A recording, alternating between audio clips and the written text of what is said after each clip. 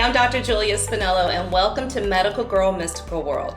Today, my guest is Melanie Storruston, and she is a licensed clinical social worker, and she is the owner of Align Wellness Solutions. Mm-hmm.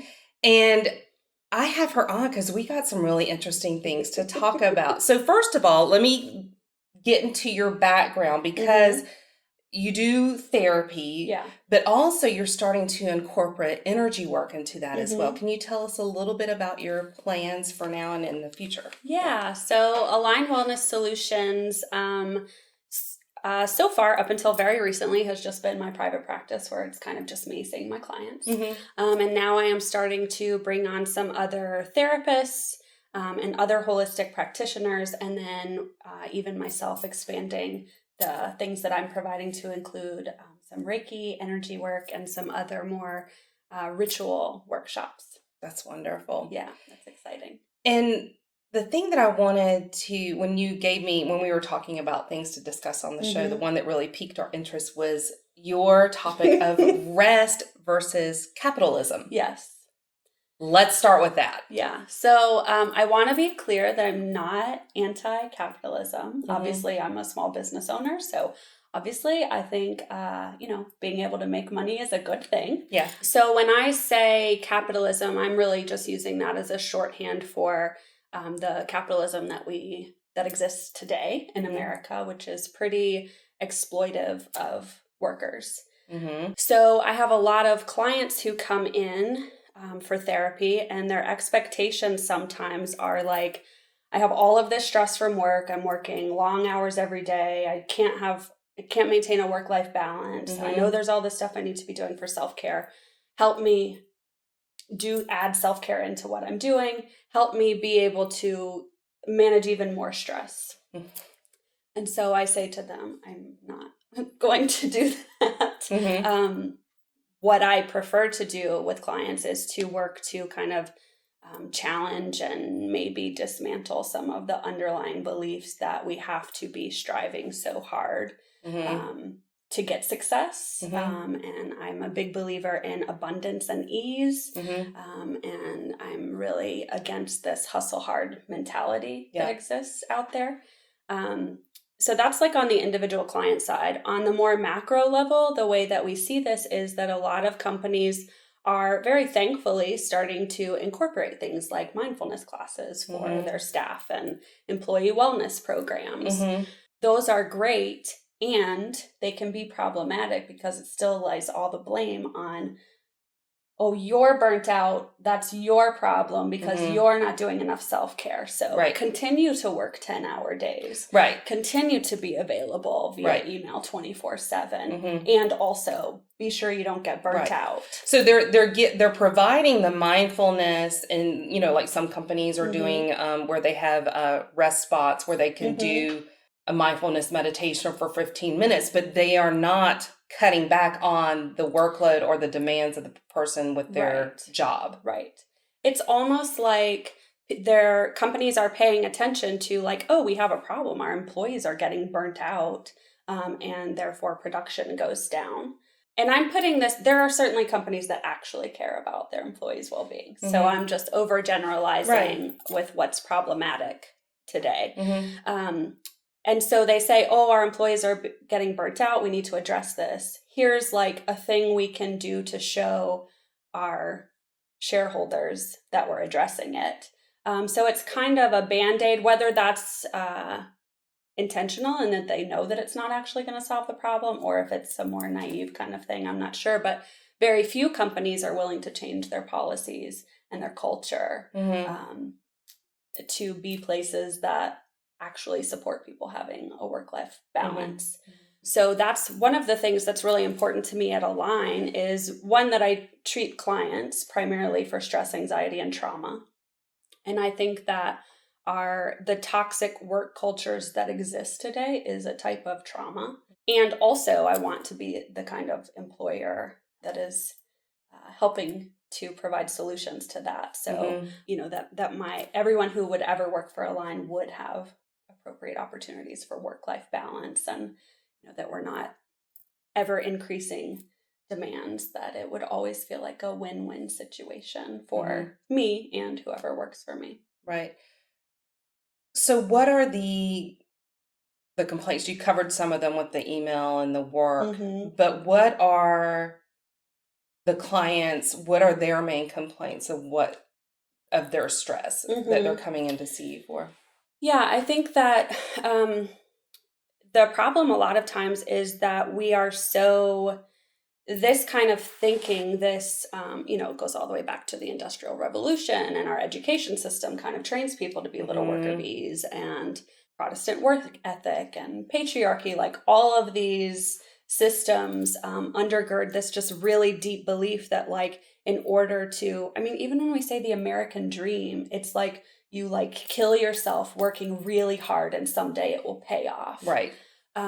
So that stuff is so deeply ingrained in us. And when we live that way, we just begin to like disconnect from our bodies and from our emotions out of necessity, because you have to disconnect. And pause on that, because what a lot of people think is they equate their self-worth to how much work that they do. Oh, absolutely. And that's where the problem is, because they're like, I need to do better. I need to do more. I got to do this. I got to be on top of it and everything. So realizing that, and I'm sure that you work with that with your clients as well, but their self-worth is not equated to the amount of work that they do. Absolutely. And our, company culture, of course, is telling them the complete opposite of that, like your worth is absolutely connected to your productivity.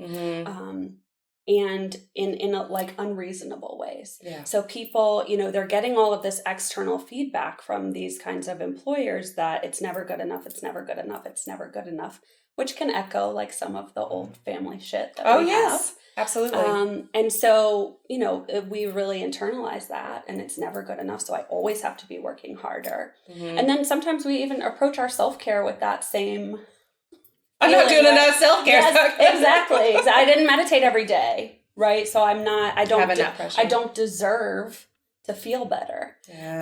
So a lot of the work that I do with clients is to try to disconnect their self-worth from productivity. So one of my favorite assignments to give to a client is, I call it hammock homework. And it doesn't have to be lying in a hammock, but I like lying in a hammock. But it's to do nothing. Like, you can't bring your phone out there.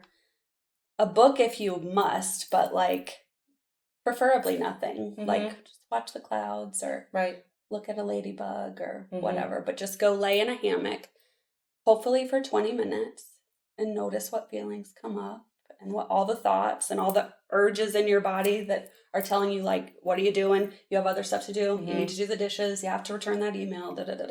And just to start to notice like how deeply ingrained that is. Because we have to retrain our nervous system to believe that rest is a good thing. How long does that take with people? It depends on, how long you've given yourself the message that that's not the case.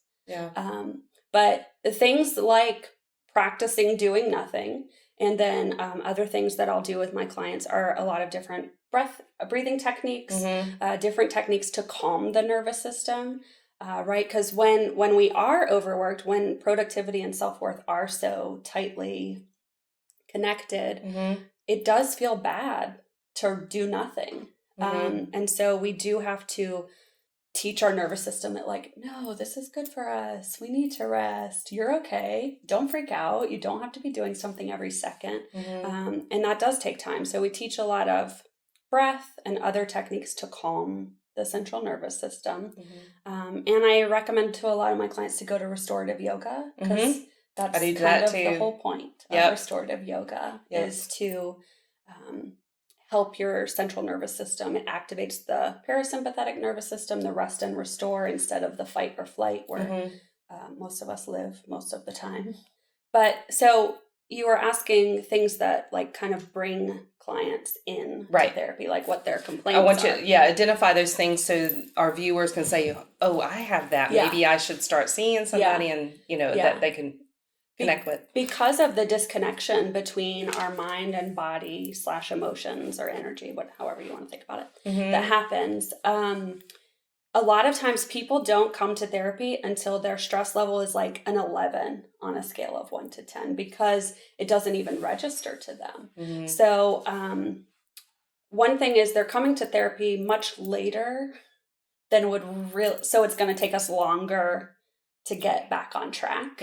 So good clues that you're disconnected from your body, which I certainly experienced when I worked in more corporate environments, are like, if it gets to be 4:00 and you're like, oh gosh, I haven't eaten today. Or you've been so busy, and suddenly you realize you have to pee really bad. And probably have had to pee for a long time, but it's just finally to the point that your body's like, no, right now. No. And then even then, sometimes we'll be like, well, I'll just finish this email. And then we'll look up and like another hour's gone by. So if our body, like those are pretty basic physical needs, eat, eliminate waste. You're right. If our body can't even get that signal to the consciousness of our minds, like it is certainly not giving us it is trying to give it to us, but it's not within our conscious awareness of emotional and stress and other things. So if you have those kind of signs of disconnection from your body, it probably means that you've got too much stress going on. Or if you go on vacation and you immediately get sick because you have time off and now your body's like, oh, let's make her rest. Yes. And that's a big thing that I always preach to my clients is your body screams at you of what you need. Yeah. Yeah. And that's true. A lot of people do. I mean, they get sick on vacation. Like, oh, it's like, I ate something wrong. They're like, no. Yeah. We're here. We're going to rest now. Yeah, exactly. Well, and depression is also very similar, right? Because when you're depressed, you want to stay in bed all day. And so sometimes symptoms of depression, obviously depression is a serious mental health disorder. Right. And when it lasts for, longer periods of time, it's certainly concerning. But sometimes wanting to stay in bed all day for a weekend means you should just stay in bed all day. Yeah. Because somebody has broken it down where it's deep rest. Right. Yeah. Like, depression. Yeah. So, yeah, I mean, there is, whereas like a chronic depression, but if it's like, oh, I have the blues or something, we'll kind of like lean into that a little bit and rest and take care of yourself. Yeah, actually rest for a few days. Try your best to stop beating yourself up and telling yourself all the things you should be doing instead of laying on the couch all day. Yeah. And just be like, oh, maybe my body knows what it is doing. Right. I do want to make a point, though, that if anybody is having that mini depressive episode, if there is any thoughts of self-harm or anything like that, to immediately call the suicide hotline or your physician's office or whatever. Right. So I don't want to take that lightly. So but if it's just like when you have like a meh day or a blah day, that's okay. And if you're having those like regularly, you should still see someone, right? Like it's still, if your body is like, we have to make her emotionally feel bad so she'll lay down. Maybe you could work on getting more in touch with your body so it doesn't have to do that to you in order for you to get the rest that you need. Right. So what kind of tools do you give for people to connect with their body? Yeah. So a lot of different breath and meditation exercises, sometimes physical yoga, gentle exercise, any kind of grounding skills, even things like essential oils sometimes, eating grounding foods. It kind of depends on the client because I don't want to give them homework that's like way out of their comfort zone. Yeah. Right. So if some clients I certainly wouldn't be like, look, you should do this yoga practice. But some clients already do yoga. So we can maybe hone in and get something specifically that feels really nice and grounding. Yeah. I want to talk more about the capitalism part. And it's funny because I actually came across an article a couple of days ago, and it was the capitalism of self-care. And because we do have this mindfulness stuff, and companies are putting that out there, but the problem is that they're providing this stuff, even though they're telling them to work these 80-hour weeks. Yeah. Okay, we've got this. But also, what they're not honing in is the root cause of the stress. Yeah. And it may not be work. Yeah. It may be home. It may be their self-esteem, Mhm. whatever. Past, traumas that they had in their childhood. Who knows? And that festers.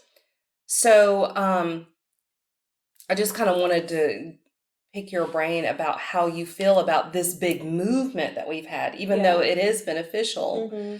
But for people to do this, because it happens with, people will do the mindfulness and then they do the yoga, but then they're like, oh, let's go to the yoga that drinks wine. I'm like, okay, that's counterintuitive. I mean, counterproductive there. And, that kind of thing. And they just do it because it's healthy. Yeah. But they're not really getting to the core of it. Yeah. What do you say to that? Well, it's tricky. I mean, my personal preference is I like yoga and meditation and all those things that go like really deep and into like subtle energy body and spirituality. And that's like that's my cup of tea. But it's also not everybody's cup of tea. So I think that any mindfulness or any yoga even these things that are very trendy and like, if it's introducing somebody to something, then I think that it's of benefit. Okay. Could it also be harmful? Yeah, probably.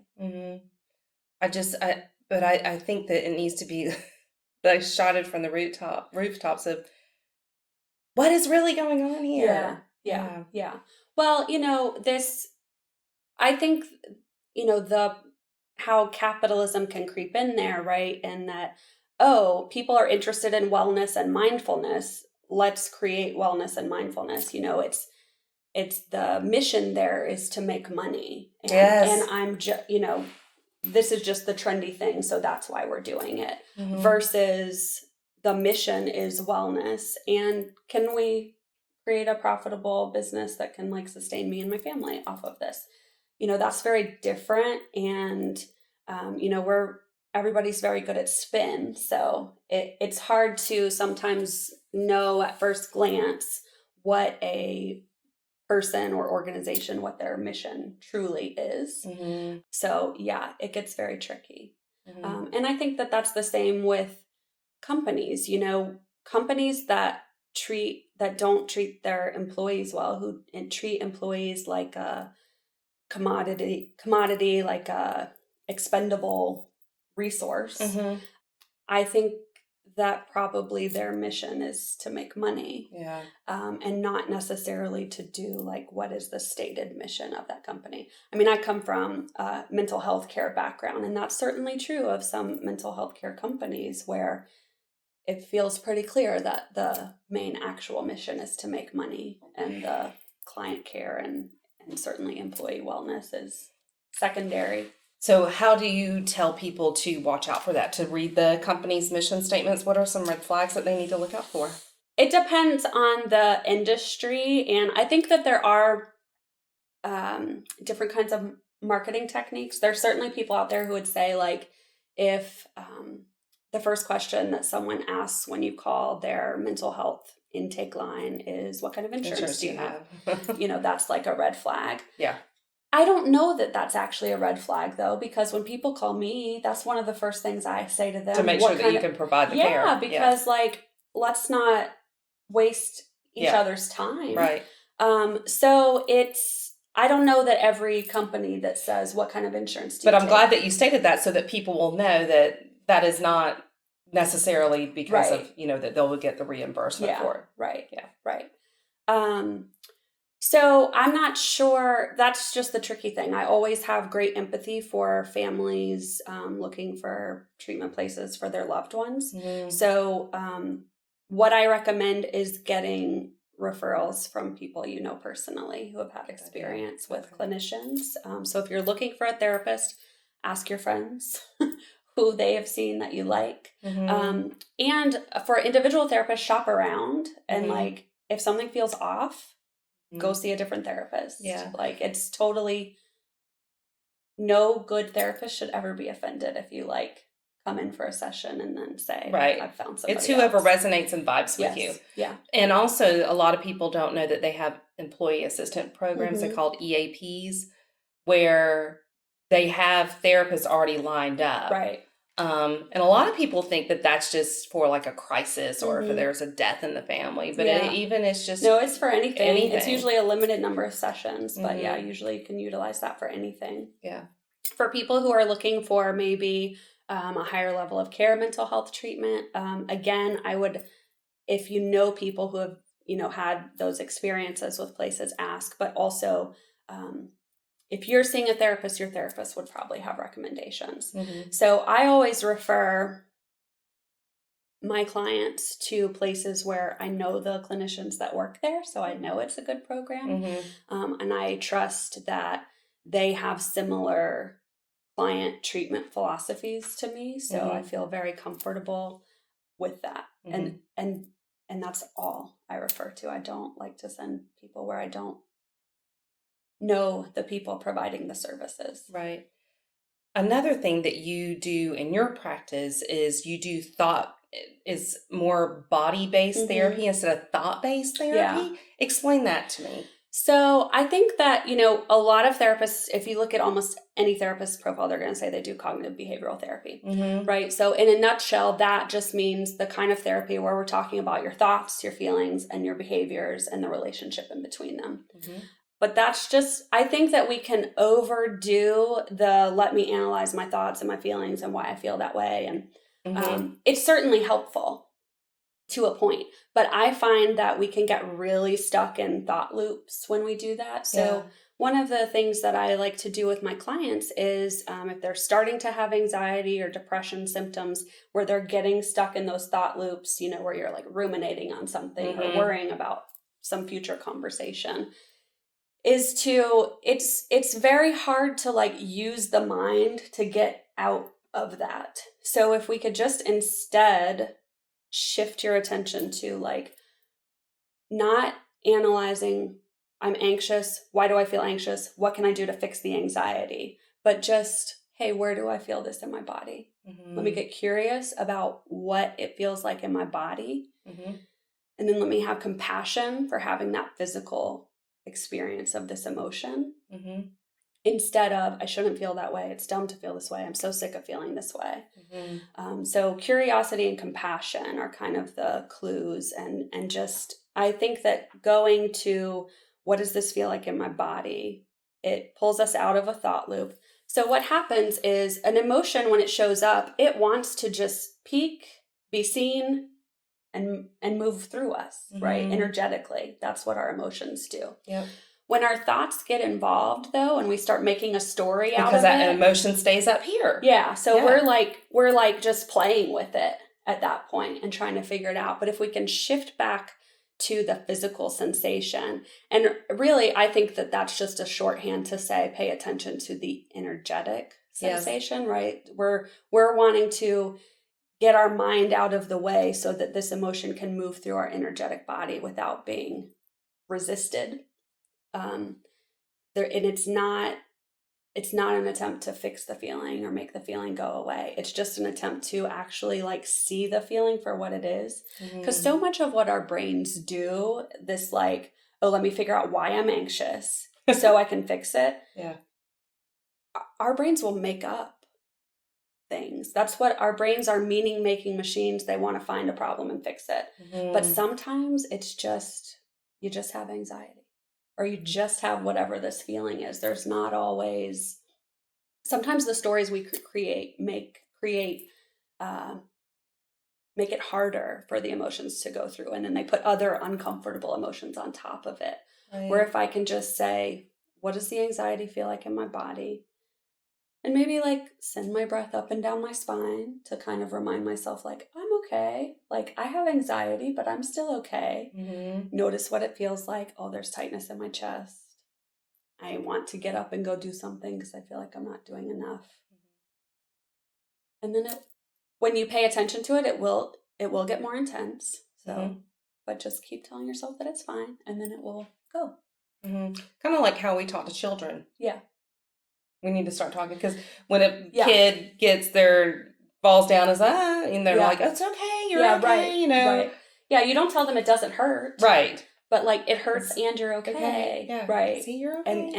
And it peaks and then they're good.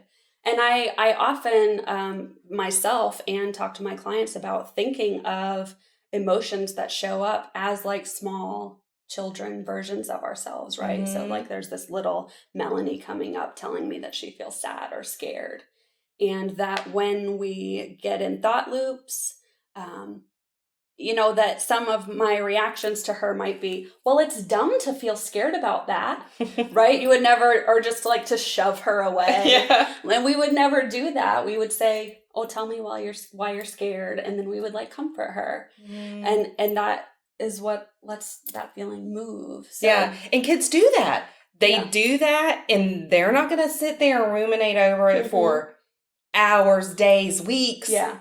Yeah, because as parents, kids don't have the capacity to calm their own central nervous system. Mm-hmm. So parents, that's what we do, right? The kid's sad, we're rubbing their back, right? We're like literally like calming their central nervous system. Mm-hmm. We're hugging their body, right? So that's why like weighted blankets and things feel good. They're grounding. They show us where our boundaries are. And so, so when we're little, our parents, hopefully, were the things that calmed our central nervous system. And now we just have to learn how to do that for ourselves.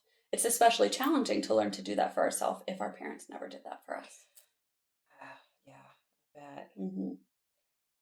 But I wish that this was taught early on. Yeah. And, like the pre-adolescence of that. That would be so beneficial for when these kids grow up. Right.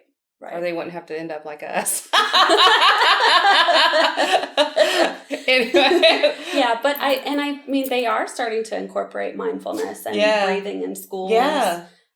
Which is amazing. And doing meditation. Yeah, and the kids are better behaved and and they're using those things instead of punishment, that kind of thing. Right. That's very good. Tell how everybody can get in contact with you. Yeah, so my website is alignwellnessatl.com. So that's the best place. If you are either someone looking for therapy or energy work, or just want to get on the mailing list to know what workshops we have coming up, or also if you're a clinician, I offer clinical supervision and career mentorship. Fantastic. So before we go, I always ask my guests 5 questions that are unrelated to what you do. Okay. To have the audience to get to know you a little bit better. Okay. So the first one is iced coffee or hot coffee? Oh, iced. Okay. Decaf though. Okay. If you could have front row seats for any concert, who would you see? Emmylou Harris. She's good. Yeah. What would you choose to know your future if it meant forgetting your past? Okay, so you'd want to remember your past. Yeah. I don't know if I would want to know my future even if there was no consequence. Just like, let's just have that be unknown. Yeah, just be here and now. Okay, if you won the lottery, what would you not change?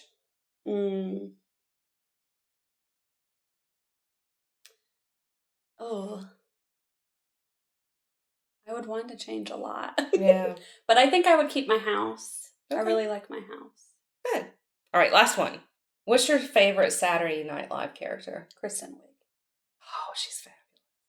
Yeah, she's so funny with her tiny hands. Oh, God. Yes. So we're going to sign off with our tiny hands. So thank you so much for watching this final episode of Season 3 of Medical Girl Mystical World. Bye.